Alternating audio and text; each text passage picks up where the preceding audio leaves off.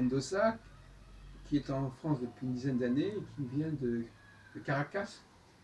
Non, San Cristobal. Oui, je plaisante. De Venezuela en tout cas. Oui, Le pays de Vénus. tout à fait. Et donc ça fait presque aussi, vous avez presque découvert l'astrologie en arrivant en France en fait. C'était plutôt avant de venir Ah, en un tout, France, juste avant même en juste fait. avant presque un an, avant de venir en France. Et j'ai rencontré quelqu'un qui m'a fait mon thème et j'étais étonnée par ces choses que cette personne pouvait voir à travers mon Mhm. thème. Et je me suis dit, mais c'est quoi cet outil? Comment ça marche? Et c'est à partir de là où je me suis intéressée à l'astrologie. Donc voilà, entre-temps, du coup, après mon arrivée en France, j'ai fait mes études de philosophie Ah oui. et j'ai ma licence. Et ensuite, je me suis plus intéressée de façon beaucoup plus concentrée sur l'astrologie. Je me suis dit, en fait, ouais, la philosophie était très intéressante, très importante, mais quand même, ma passion, ce que je découvre, c'est quand même ce que j'aime bien faire, c'est l'astrologie. Ah, la Voilà. philosophie, ça ne vous a pas découragé d'aborder une science qui est dont les bases sont pas très claires. Ça ne vous a pas développé une certaine exigence de cohérence, de rationalité. Parce Euh, que c'est assez surprenant comme itinéraire, effectivement. Normalement, la philosophie aurait dû vous décourager de faire de l'astrologie. ouais, mais disons que d'un côté, j'avais commencé déjà à faire l'astrologie avant, j'avais constaté comment cet outil marchait, Mm. et après, la philosophie, je ne sais plus c'est qui, je l'ai rencontré une fois, je ne sais pas si cette personne l'avait repris de quelqu'un d'autre, qui disait, de toute façon, la philosophie, elle vous sert à mieux vous poser la question. Donc c'était pas forcément quelque chose qui me décourageait par rapport à ça, mais plus dans un sens, ok, si ça marche, comment ça marche, pourquoi ça marche, etc. Oui. Mais il faut surtout arriver à se poser plutôt les bonnes questions que à mettre en question cette envie de faire l'astrologie. Donc Non, mais on pourrait se demander si vous. Est-ce que vous abordez l'astrologie comme quelqu'un qui n'aurait pas fait justement d'études de philosophie? Je propose vraiment à l'envers. Est-ce que, est-ce que vous parlez de l'astrologie comme quelqu'un qui n'a pas fait de la philosophie? Ou est-ce que vous avez une façon à vous différente d'en parler? euh, Est-ce que ça vous a servi pour parler de l'astrologie d'avoir fait des études de philosophie? je pense que c'est quelque chose qui est encore en évolution dans mon esprit en fait. C'est quelque chose qui a besoin encore de beaucoup de maturité, Mhm. beaucoup de lecture, beaucoup de travail. Donc, vous avez, comment s'appelle votre association là, que vous avez créée il n'y a pas longtemps? Alors, l'association, elle s'appelle Sous les étoiles. Et en fait, c'est une association qui aimerait bien, enfin, dans l'intérêt de faire des cours plutôt Oui, ça donne un cadre. Oui, accessibles. oui, cadre juridique. Euh, Et vous avez voilà. donc trouvé un lieu sympathique. On va voir. Il y a un bar du côté d'Amélie Menton qui est plutôt prêt Mhm. à travailler avec ces genres de choses, yoga, méditation, astrologie. Donc voilà, c'est du cours et c'est lieu, il serait plutôt disponible au mois de mars voilà, 2015, c'est cette année. Dans un mois. Oui, pas très. Bientôt plutôt. Mhm. Et donc voilà, on va voir comment ça fonctionne, qu'est-ce que ça donne, avec quel système on va les faire, si c'est gratuit pour les étudiants Ah ou oui. plutôt ouvert à des cours de découverte ou des cours plutôt penchés sur développer déjà un tout petit peu les bases qu'ils ont pu avoir. Donc après, ça dépend du public présent et des demandes en fait, évidemment. Dans le public, bien entendu, quand il vient à l'astrologie, il a déjà une idée à l'avance de l'astrologie. C'est Oui. un peu un cercle vicieux. Effectivement, ceux qui ont une mauvaise idée de l'astrologie ne viennent pas, Mm. ou qui ont une idée décalée. Enfin, les gens se sélectionnent eux-mêmes par rapport à l'idée qu'ils se font de l'astrologie. Oui, après, justement, par rapport à l'idée qu'on puisse faire de l'astrologie, je pense, selon mon point de vue, qu'il y a différents niveaux. Il y a ceux qui, justement, ils lisent les horoscopes depuis un certain temps, ils aimeraient bien s'intéresser un peu plus. Il y a les personnes qui ont croisé un du bouquin dans leur vie et que, du coup, c'est le moment, peut-être pourquoi pas, parce qu'ils sont le temps, parce qu'ils ont passé une phase importante dans leur vie, etc., d'approfondir ou d'être voilà.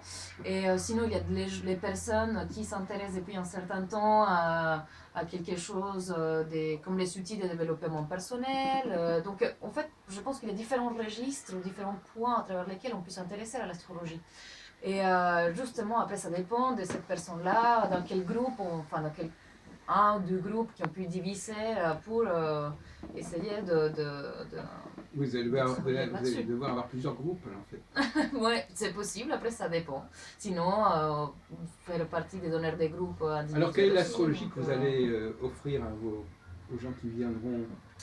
alors l'astrologie en fait que j'aimerais bien mettre en place, c'est plutôt une astrologie non prédictive. Donc Mhm. en fait je parle surtout du principe que selon les mouvements des planètes, il y a une espèce de synchronicité qui peut se faire avec ce qu'on peut vivre en bas.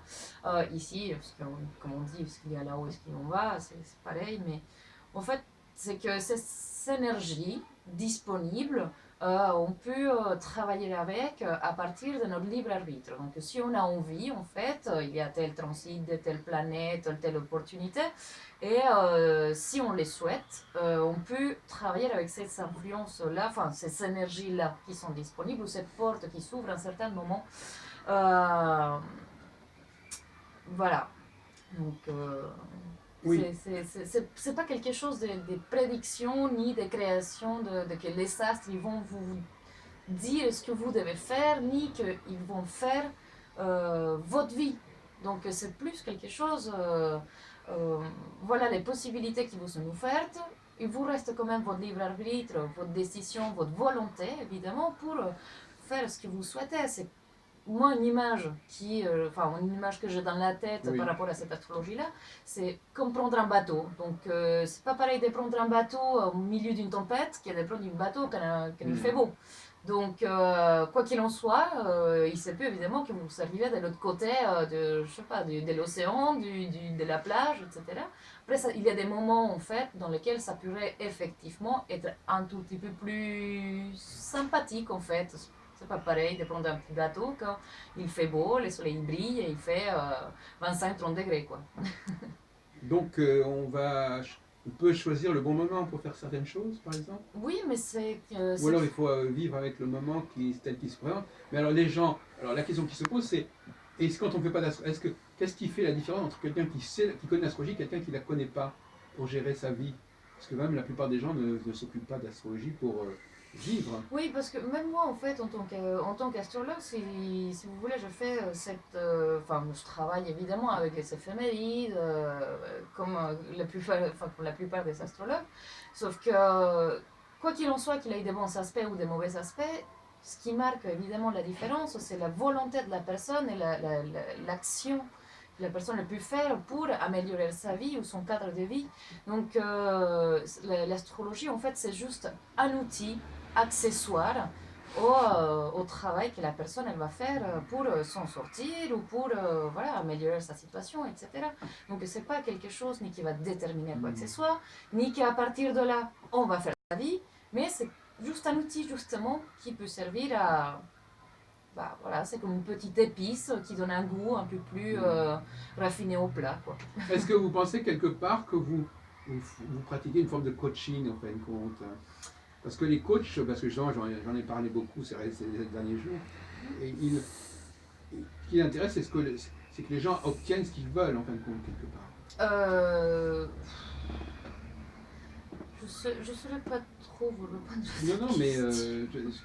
en vous écoutant, j'ai l'impression que vous décrivez des personnes qui veulent faire des choses, ils Bah, ont des objectifs. Bah ouais, enfin de toute façon, c'est clair qu'on vit dans une époque où, par exemple, je me suis rendu compte que on veut de plus en plus faire de l'auto-entrepreneur, vivre de sa passion, être plutôt heureux en réalisant c'est qu'on sait qu'on a des talents, etc. Et non pas vivre soumis aux directions d'un patron, etc. Mais plus par rapport à ses propres dons, à ses propres Mm. qualités, à ses acquis et à ses ciné en fait. Donc, c'est aussi dans l'intérêt, cette astrologie, quand il s'agit des thèmes natals, par exemple, voilà, c'est de donner une idée à cette personne, oui, en fait, tout à fait, ça s'avère que vous avez des qualités, machin, etc. Après, indépendamment de l'astrologie, ça dépend aussi de votre propre effort, mais c'est Oui. pas que. Voilà, enfin. Il faut qu'elle tienne compte de ses capacités pour déterminer ce qu'elle veut obtenir. Voilà, de toute façon, et une chose justement que je dis toujours aux gens, on peut faire n'importe quel métier, n'importe quel travail à partir du moment où on a une formation euh, Voilà. valable pour faire tel métier. Après, est-ce que ce métier-là, il va vous rendre heureux? Est-ce que c'est vraiment ce qui vous fait vibrer? Est-ce que c'est... Voilà, c'est là en fait où je trouve ça intéressant, c'est que vivre en fait par rapport à ses propres, enfin à sa propre nature, si vous voulez, en quelque sorte. Donc l'astrologie, en fait, ça sert, à mon avis, juste à donner des petits indices, des petits points de repère, et là, que la personne elle-même, elle constatera, bah, en fait, oui, tout à fait, ou non, pas du tout, c'est plutôt sur telle autre chose. Et donc voilà, c'est plus à cet intérêt-là.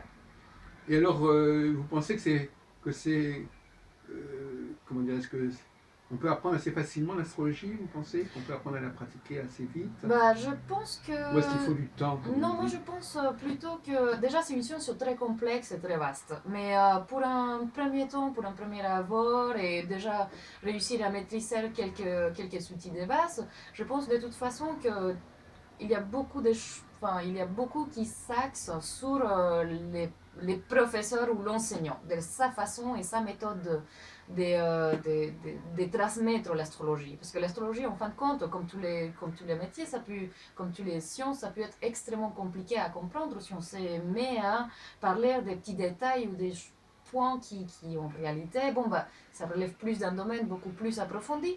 Donc, disons que dans le premier temps, je pense que c'est très important de faire des métaphores, de faire des images.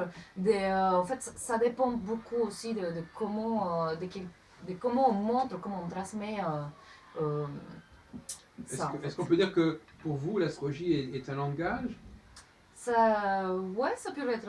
et on apprend ça comme une langue en quelque sorte? On pourrait ça aussi apprendre comme... c'est un outil, en fait. Donc, que ce soit une langue, que ce soit... Enfin, Alors c'est un mot, alors outil, alors c'est un outil, alors cet outil, il existe en fin de compte cet outil. alors, c'est un outil qui, après, ça dépend de la philosophie des gens.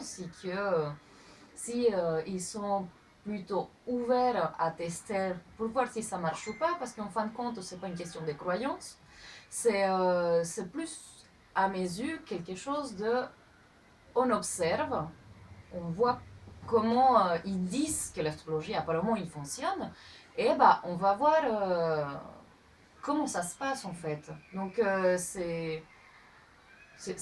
fait, en fin de compte, c'est comme utiliser une scie.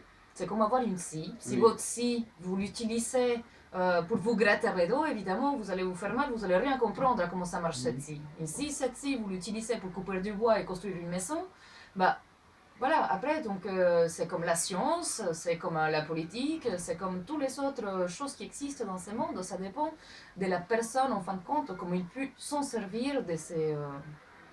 Oui, mais alors le problème de l'astrologie, c'est que c'est un outil, mais est-ce que c'est un outil qui existe ou un outil qui pourrait exister? Parce qu'effectivement, on peut rêver d'un certain outil, on peut rêver qu'un tel outil existe. On peut penser que ce serait bien que quelque chose comme ça existe, qu'il y ait une sorte de radioscopie ou radiographie de l'âme. Maintenant, est-ce que l'astrologie correspond à cet outil? Parce que vous prenez le cas d'une scie, moi j'aime bien les comparaisons, mais enfin, un outil comme une scie, ça pose pas de problème majeur, on sait ce que c'est. Maintenant, l'astrologie est-elle vraiment un outil au même titre qu'une scie?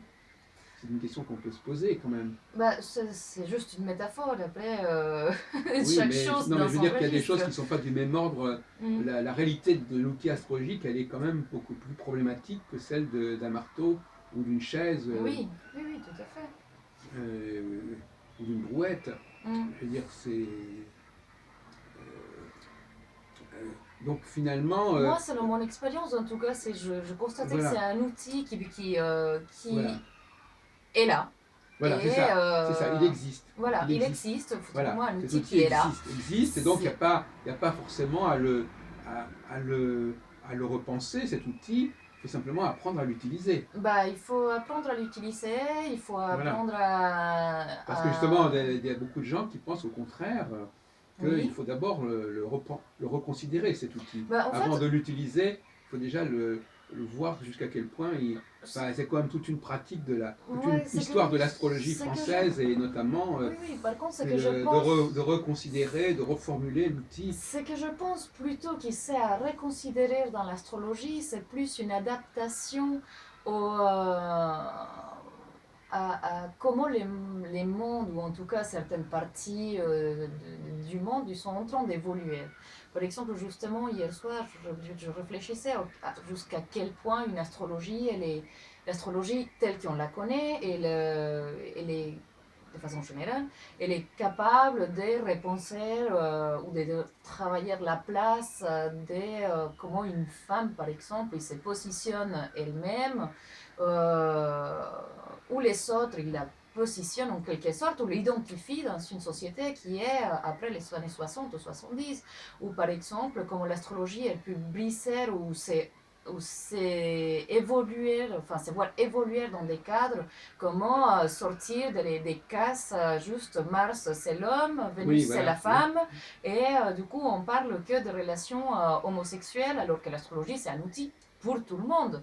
Donc comment cette astrologie, elle peut se voir remise en cause par rapport à l'évolution aussi de la société, de comment nous on se perçoit soi-même, et voilà, par rapport à nos types de travail, comme les mondes on change en fin de compte aussi. Donc évidemment oui, il y a des bases, mais cette base-là, comment elle puisse se repenser Oui. philosophiquement, moralement, technologiquement, etc. Donc c'est vrai que à mes yeux, c'est un vrai débat dans lequel il faudrait un peu travailler. Après, quel outil elle marche ou pas, enfin moi je trouve que cette corrélation qu'il y a par exemple entre la Lune, les marées, les soleils, les plantes, machin, etc., ça existe et que c'est avéré d'ailleurs par la science. Après que les planètes, ils aient une certaine corrélation avec nous, ou nous avec les planètes, peu importe dans quel sens. Bon, ça reste déjà d'un ordre que même les astrologues, la plupart du temps, jusqu'à là où je suis au courant, ils n'en parlent pas trop.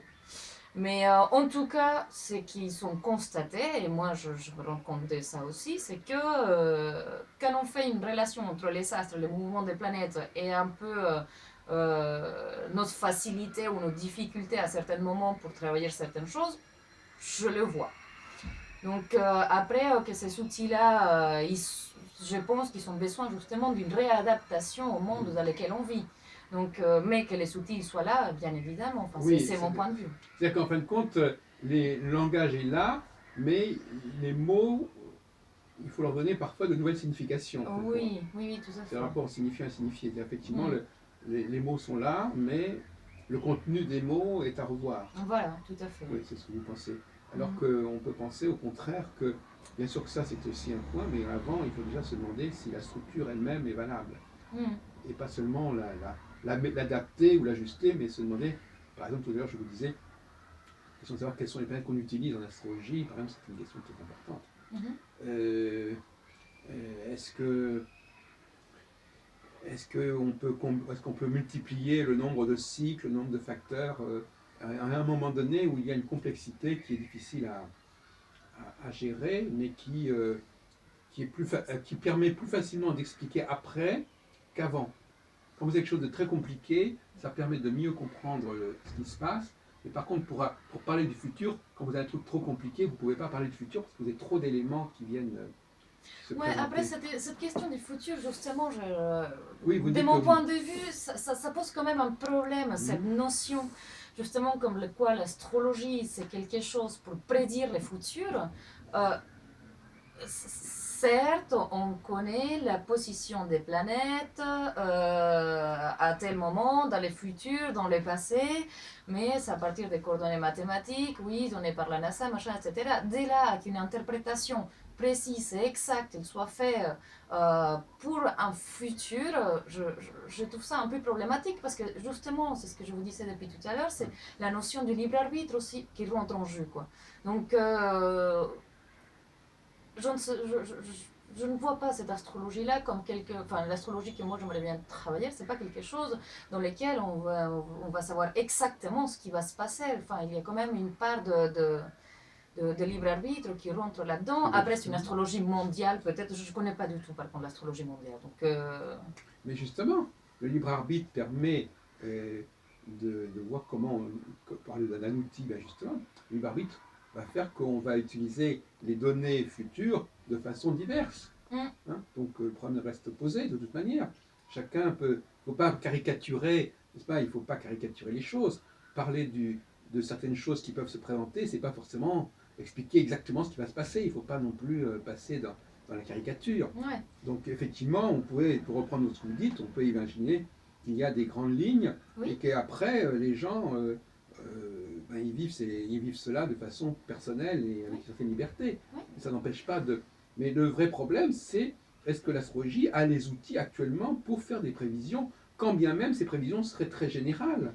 Ouais, enfin, de toute façon, ouais, cette structure, c'est vrai qu'elle permet justement de, euh, comme vous dites, de faire des gros lignes, de donner quelques idées. Après, de là, savoir Oui, à mais quel justement, la question, point. c'est qu'aujourd'hui, même sur ces grandes lignes-là, il n'est pas certain qu'elle soit capable de le faire. Même en ayant une approche minimale, Mhm, il y a trop de facteurs que l'astrologue est embarrassé par une inflation, vous savez ce que c'est que l'inflation en Amérique du Sud, une inflation de données, de facteurs qui rendent le monde illisible quelque part. mm, La complexité même rend les choses illisibles. Le ciel devient illisible à force de complexité. Alors en revanche, donc c'est pour ça qu'il est plus facile de revenir sur le passé, parce qu'on va toujours trouver un angle qui va correspondre à tel et tel facteur astrologique. Par contre, avancer quelque chose vers le futur, quand on a un ensemble aussi compliqué, en France on parle d'usine à gaz, une expression qu'on emploie, pour oui, montrer quelque chose de très très compliqué, très alambiqué, etc. Quand quelque chose de très alambiqué, ça permet difficilement de parler du futur, ça permet plus facilement de parler du passé. oui. D'ailleurs, c'est une espèce d'obligation.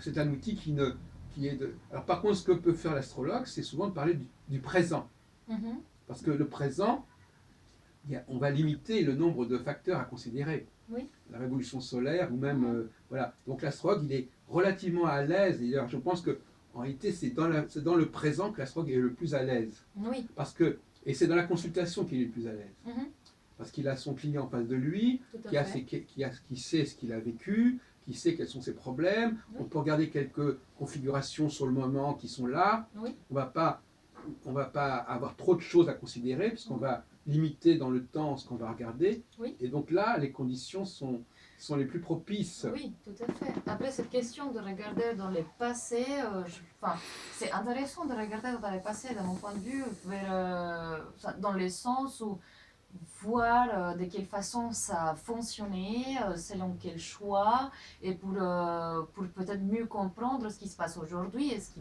pourrait Oui. éventuellement, pourquoi pas se passer, mais rester figé sur une étude du passé et se limiter Mhm. dans les présents. euh, Non, mais oui, c'est intéressant, c'est pas bien sûr, forcément. mais, Non, c'est un état de choses. C'est-à-dire le fait est que c'est là qu'il est le plus à son aise, mhm, l'astrologue. C'est là parce que mais il n'a pas besoin d'aller. Je veux dire, on voit bien de facto que c'est bien là que il a. Et le paradoxe, c'est que souvent, la consultation astrologique est quelque chose qui reste complètement secret. oui, ça C'est reste ça. Alors entre les la consultants chose et les la plus, consultés. le moment le plus sérieux de la pratique astrologique Mhm, est secret. mhm, Non, mais c'est un paradoxe étonnant. Il est secret, il y a très peu d'astrologues qui sont. Il y a très peu. Si vous allez sur Internet, il y a très peu de consultations, de gens qu'on voit en consultation. oui, Donc, les étudiants en astrologie n'ont pas de modèle. oui. Et donc, c'est quand même extraordinaire cette situation. Bah, Alors, l'astrologue dit toujours j'ai vérifié, etc. Mais finalement, l'autre jour, je discutais avec Luc Mariani il y a quelques jours. Je lui disais, mais alors, bon, très bien, vous nous parlez de consultation, mais vous voulez bien, est-ce que vous êtes d'accord pour qu'on vienne vous filmer votre consultation? Ah non, pas du tout. Alors vous comprenez, à partir de ce moment-là, ouais. le domaine, le moment où l'astrologue est le plus performant parce que les conditions sont les plus optimales, c'est le C'est- moment où qui devient complètement off limits. Alors, il faut Oui, savoir. ça me fait rigoler, enfin, ça me fait penser à autre chose et c'est drôle que vous mentionniez ça parce que moi, par exemple, dans mon cas, si cet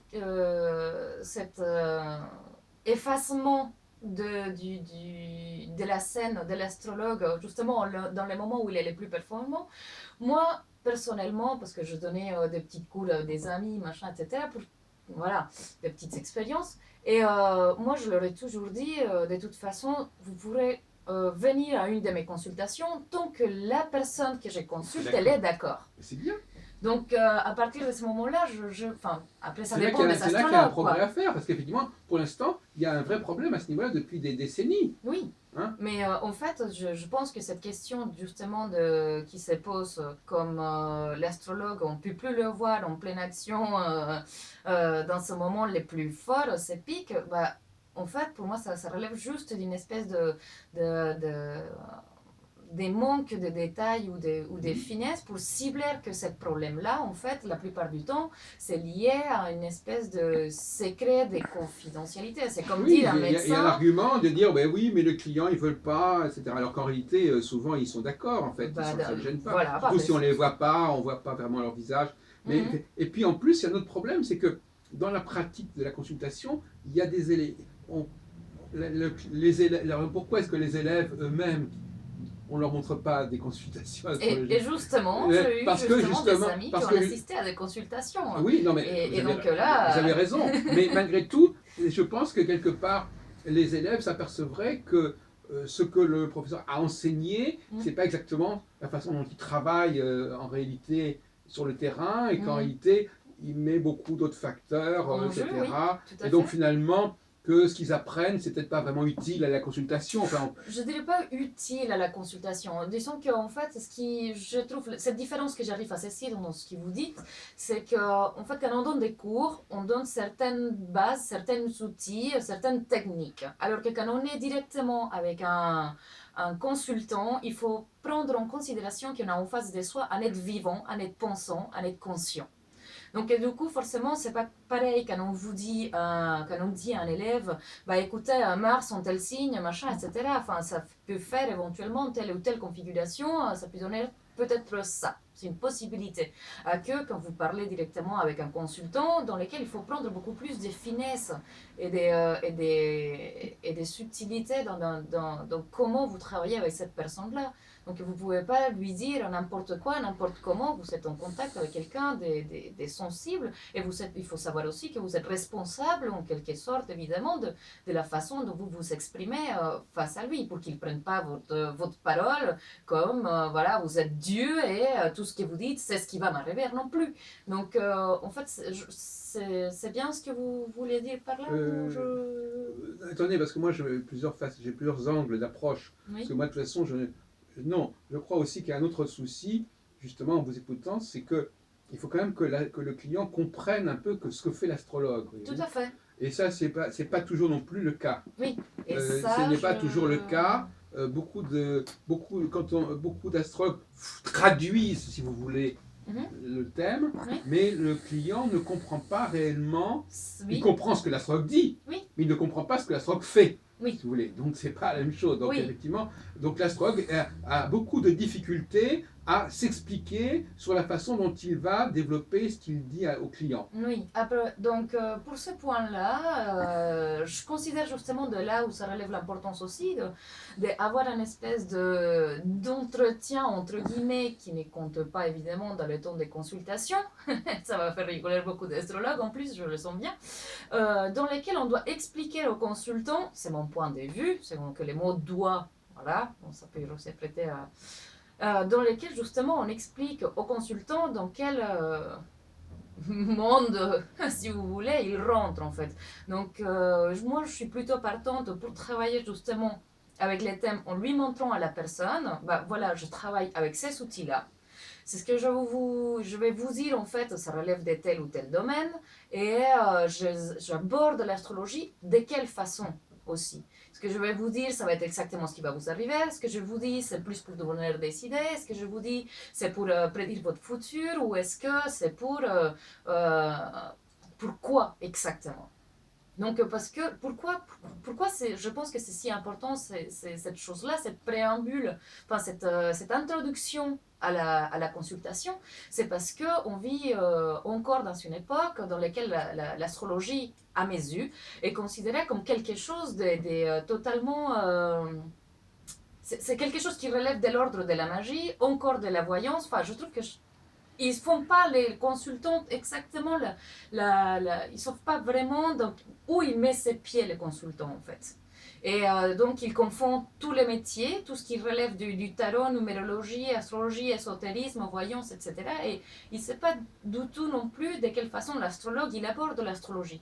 Donc, c'est pour ça que je trouve votre point de vue très pertinent, parce que la plupart des gens, ils font pas ni la distinction entre différents types d'astrologie, ni entre les différents types de métiers qui puissent exister dans ce domaine-là.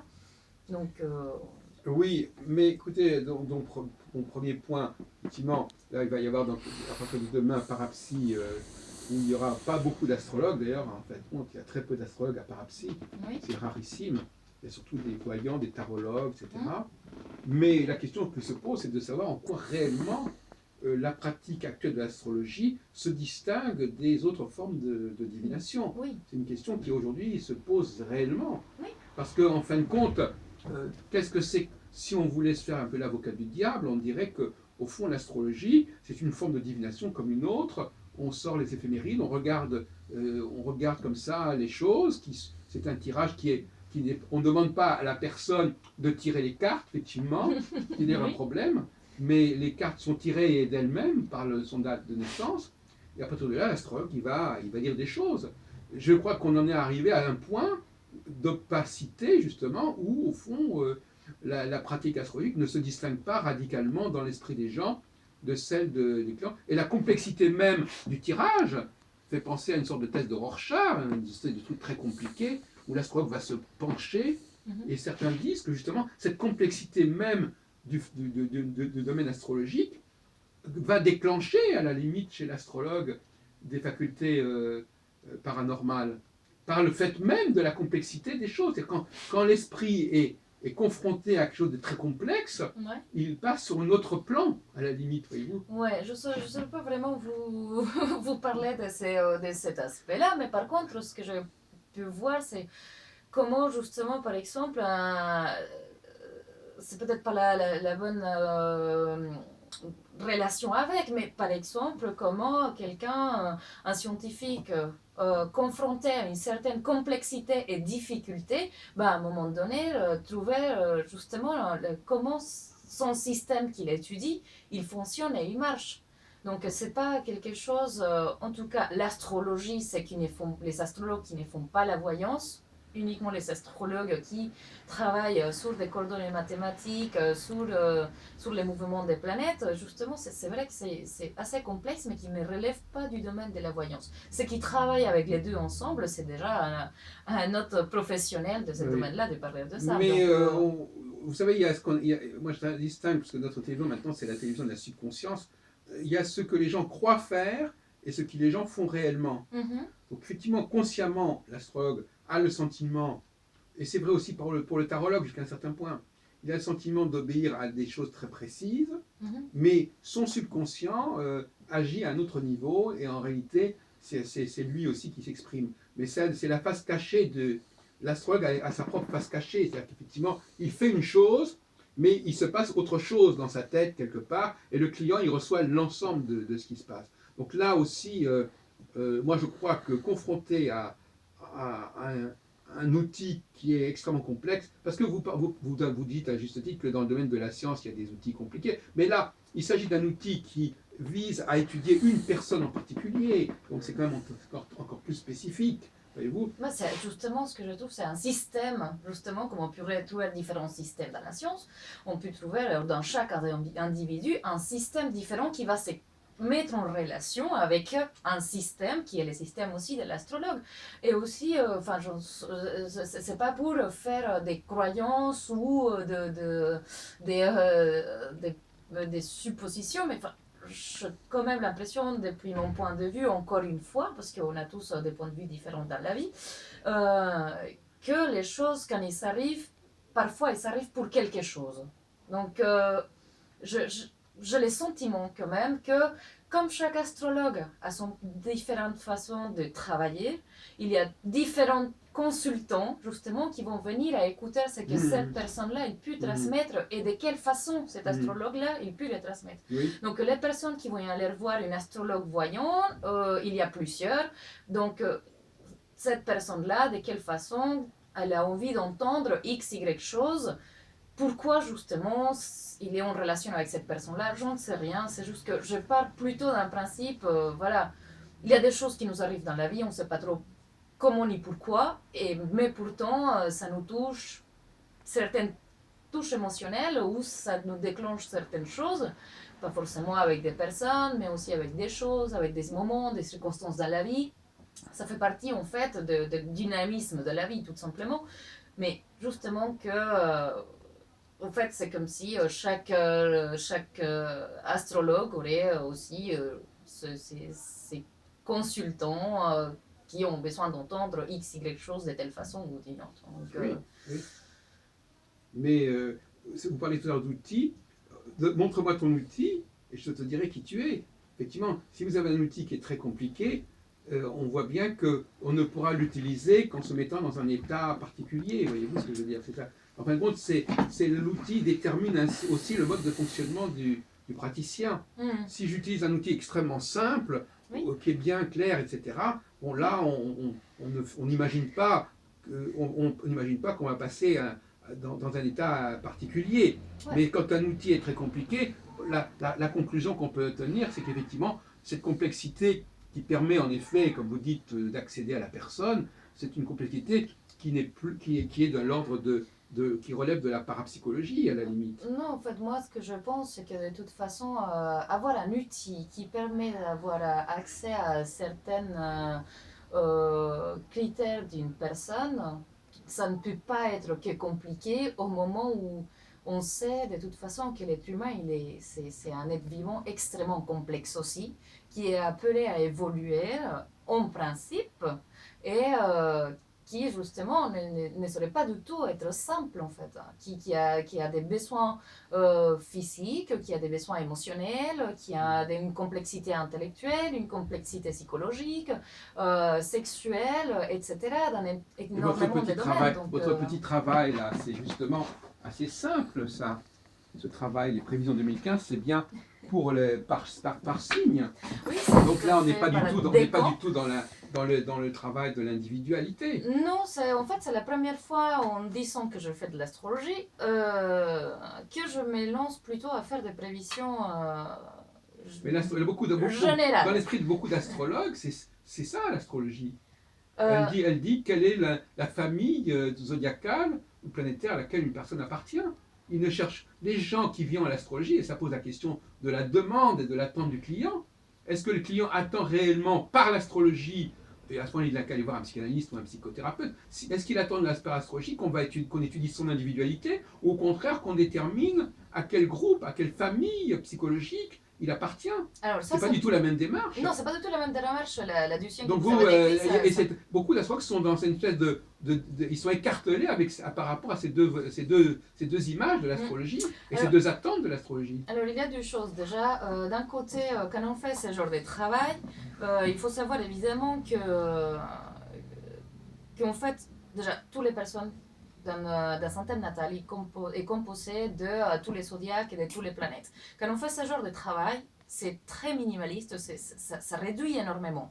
C'est presque ridicule par rapport justement à ce qu'on parlait, la complexité qui peut avoir un être humain. Parce que dans ce genre de travail, dans les journaux, dans les horoscopes qu'on trouve dans la presse, dans les magazines, etc., c'est réduire justement toute cette complexité, toute cette diversité qui existe dans un thème natal et les réduire uniquement à une planète dans un signe, sans prendre en compte ni la multiplicité d'aspects qu'il peut y avoir, sans prendre en compte les transits qu'il peut y avoir dans cette ébouillissance de vie qui est le thème natal.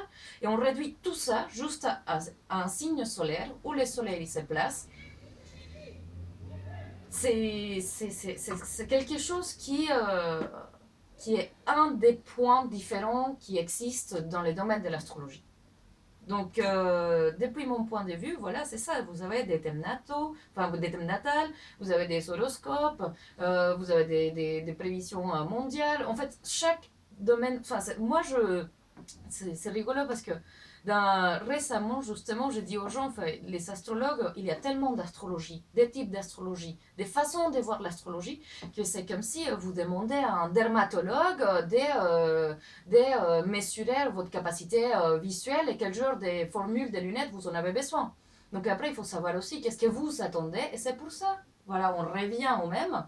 Avant une consultation, c'est important de clarifier au consultant qu'est-ce que cette personne attend et quel genre de travail vous proposez aussi. Parce que, voilà, comme je vous dis, on ne peut pas demander à un dermatologue de mesurer votre vue et de vous prescrire des lunettes à telle formule. Donc, voilà, c'est un travail juste de presque comme amusement et comme test pour voir un peu la réaction Oui, mais de mon en cercle réalité, médias. moi, je ne suis pas aussi sévère que vous sur ce travail. Je pense qu'on est peut-être au contraire dans le cœur dans la cible même de l'astrologie. Peut-être pas sous la forme des signes zodiacaux, mais sous la forme de certaines typologies, etc. Et, en fin de compte, moi, ce que je constate, c'est que vous demandez beaucoup à l'astrologie, en fait. Et je me demande même si vous n'en attendez pas trop.